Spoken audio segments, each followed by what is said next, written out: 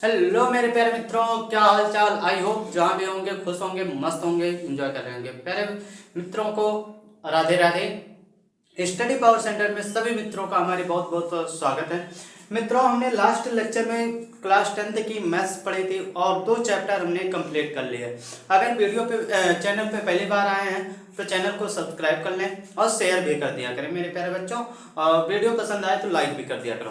अब आइए चलते हैं मेरे प्यारे बच्चों, क्लास 10th की मैथ पढ़ने वाले हैं। प्रश्नावली 3.1 किसकी?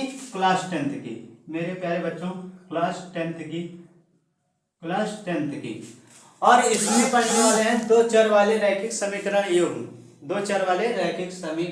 युग्म। चैप्टर का नाम है मेरे प्यारे बच्चों।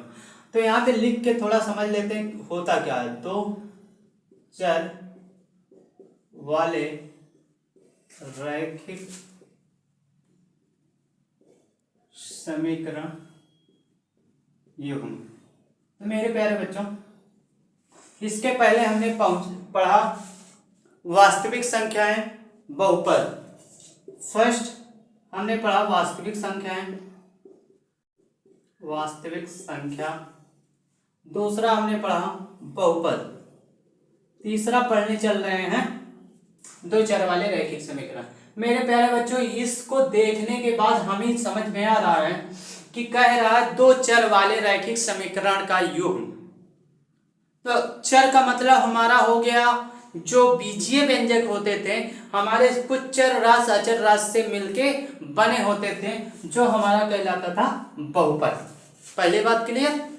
और दूसरी बात कह रहा समीकरण में मेरे प्यारे बच्चों, जब बीजीय व्यंजक हमारा होता था मतलब बहुपद होता था, तो उसमें जब हम सॉल्व करते तो इक्वेशन समीकरण 1 समीकरण 2 बनाते थे।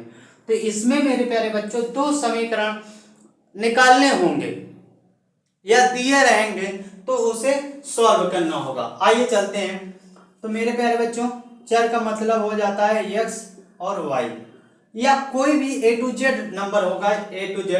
तो हमारा यहाँ पे देखिए x और y ये क्या हो गए? चर राशि है। कौन सी राशि है? चर राशि। तो हमारे ये दो चर राशि मिल गए।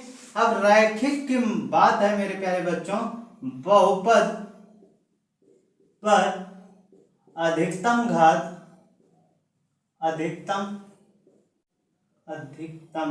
घात की संख्या कितनी होनी चाहिए? घात की संख्या मेरे प्यारे बच्चों 1 होनी चाहिए। रैखिक का मतलब क्या होता है? एक हमने पढ़ा था रैखिक घात, ठीक। अब दूसरा मेरे प्यारे मित्र एक कहा है युग्म। युग्म का मतलब होता है जोड़ा या हल। तो मेरे प्यारे बच्चों, इन्हीं शब्द से मिलकर हमारा बना है दो चर वाले रैखिक समीकरण युग्म। अब मेरे प्यारे मित्र, इन्हीं प्रकार से देखते हैं इनके अंदर हमें कैसे सॉल्व करना है, इस क्वेश्चन को कैसे सॉल्व करना है। तो ठीक प्यारे मित्र, थोड़ा सा वीडियो पे बने रहें, पढ़ने का प्रयास करते हैं। अब इतनी बात आपको समझ में आई होगी। अब इसके बाद मेरे मित्र जब आ जाता है इसी के बाद सॉल्व के कितने माध्यम से होता है, तो हमारा होता है ग्राफीय विधि,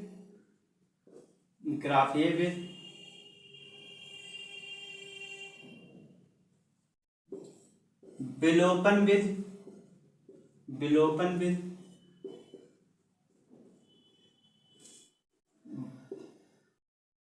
मित्र आइए चलते हैं, समझते हैं क्वेश्चन की तरफ।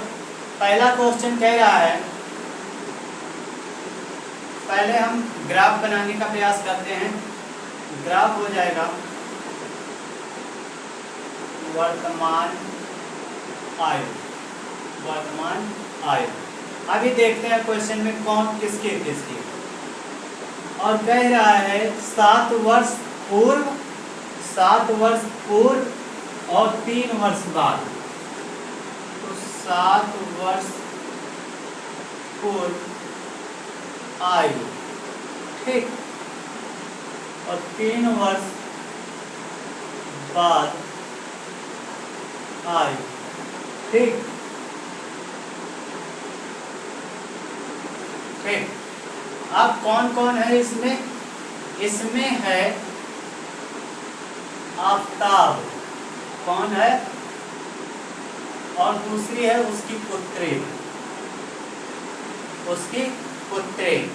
कहता है 7 वर्ष पूर्व, तो मेरे मित्र आज से 7 वर्ष पहले की बात कर रहा है।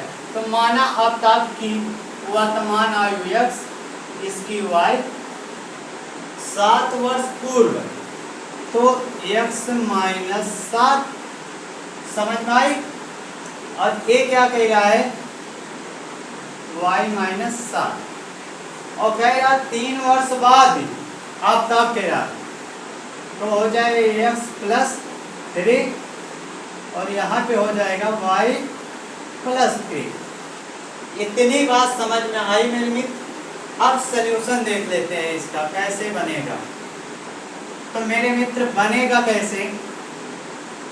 x माइनस 7 इक्वल टू, कह रहा 7 सॉल्विंग ऐसे होगी, x माइनस 7, और कितना कह रहा है? y माइनस 7 की कितने गुणे? 7। अब सही हुआ इक्वेशन हमारा, x minus 7 equal to 7y 7 सत्ते 49, ठीक। तो x बराबर 7y और 7 इधर जाएगा तो मेरे माइनस बच्चे है a माइनस, तो हो जाएगा प्लस, तो माइनस के 42। तो मेरे प्यारे मित्र एक इक्वेशन तो हमारा ये बन के आ गया।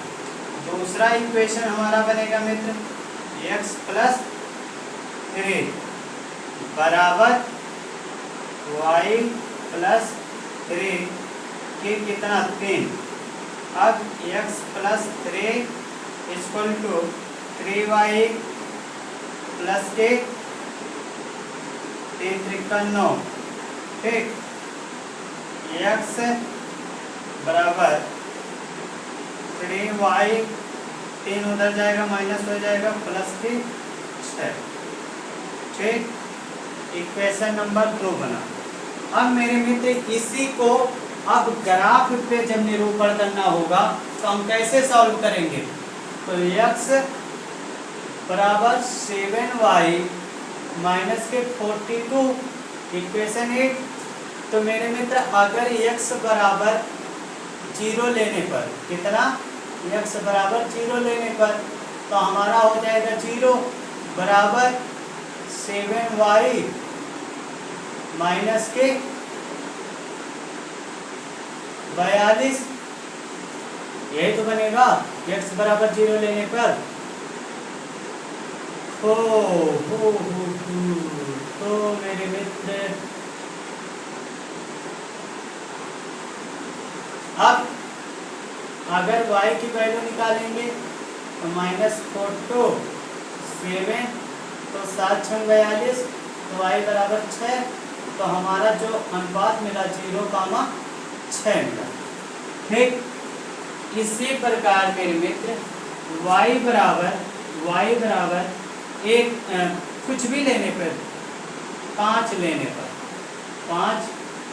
पर, तो x 7 इंटू 5 माइनस 42, ये बात समझ में आई? तो x बराबर 7 5 35 माइनस 42, तो x बराबर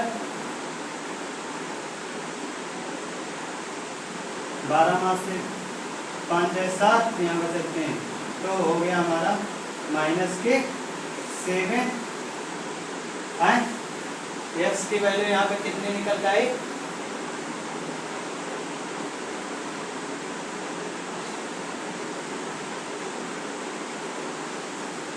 तो हमें मिल गया क्या? -7 और y की वैल्यू 5। ये बात क्लियर हो गई। अब इसी प्रकार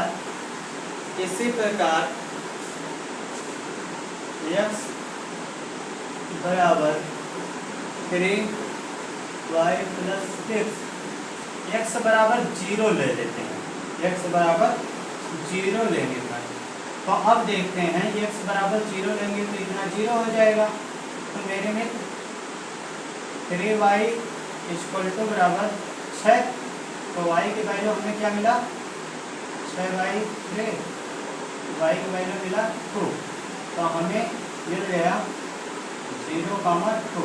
ठीक, इसी प्रकार y का मान 1 लेने पर कितना, y का मान 1 लेने पर समझ में आई बात।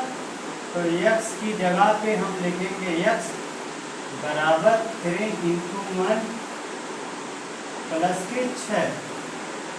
x 3 × 3 + 6 तो हो जाएगा 6 × 3 = 9। कितना 9। तो x की वैल्यू हमें कितना मिला 9। तो 9,1।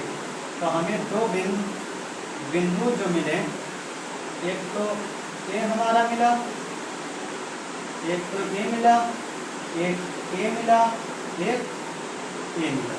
तो हमारे जो मिले मेरे बच्चों, अब अगर आप सब इतना नोट कर लिए तो हम ग्राफ बना लेते हैं। इसी पे ग्राफ कैसे बनेगा चेक कर लेते हैं। मान लेते हैं मेरे मित्र हमारा एक ग्राफ है, ग्राफ ये 0 है और 0 से हमें मैक्सिमम 9 तक के दिखाना। तो 2, 4, 6, 8, 10। ठीक, -2, 4, 6, 8, 10। 2, 4, 6, 8, 10। 2, 4, 6, 8, 10। ठीक, अब पहला कह रहा है 0 से 6। 0 हमारा x एक्सिस पे है और 6, तो मेरे मित्र 0 ये है, 0 ये है और 6 हमारा y पे कह रहा है, y पे हमारा a है। तो हमारा मित्र यही है 6। तो हमारा ग्राफ जो है यही कहीं बनेगा। तो यही जब कहीं बनेगा तो हम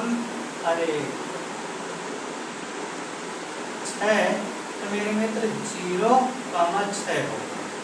ठीक, एक ग्राफ सीधी लाइन। ठीक, आपको दिख रहे होंगे। अब दूसरा कह रहा है -7 किस पे है, इस पे है एक्सिस पे, और 5 किस पे है y पे। अब 5 यहाँ पे है और कितना है -7, तो -7 हमारा यहाँ होगा। तो मेरे मित्र अगर यहाँ 5 है और -7 यहाँ है तो हम ऐसे खींच के दिखा सकते हैं -7, 5। अब ये कह रहा है 0, 2। 0 हमारा ये हो गया, 2 किस पे है y पे है, तो y हमारा यहाँ है। तो मेरे मित्र यही है, तो हम यहाँ पे दिखा सकते हैं 0,2। तीसरा कह रहा 9, 1। 9 किस पे है, प्लस पे है, तो 9 प्लस पे है। 1 किस पे है, y पे। तो मेरे मित्र 1 यहाँ पे जो बनेगा 9,1, ये हमारा ग्राफ हो जाता है। ये तो बच्चों सिर्फ दर्शाने के लिए, आपको दिखाने के लिए बनाया है, बस समझने के लिए। ठीक प्यारे मित्र, अगर बात आपको समझ में आई हो तो आई होप वीडियो को लाइक कर दो, सब्सक्राइब कर लो, और चैनल में पहली बार आए हो तो वीडियो को सब्सक्राइब कर लो।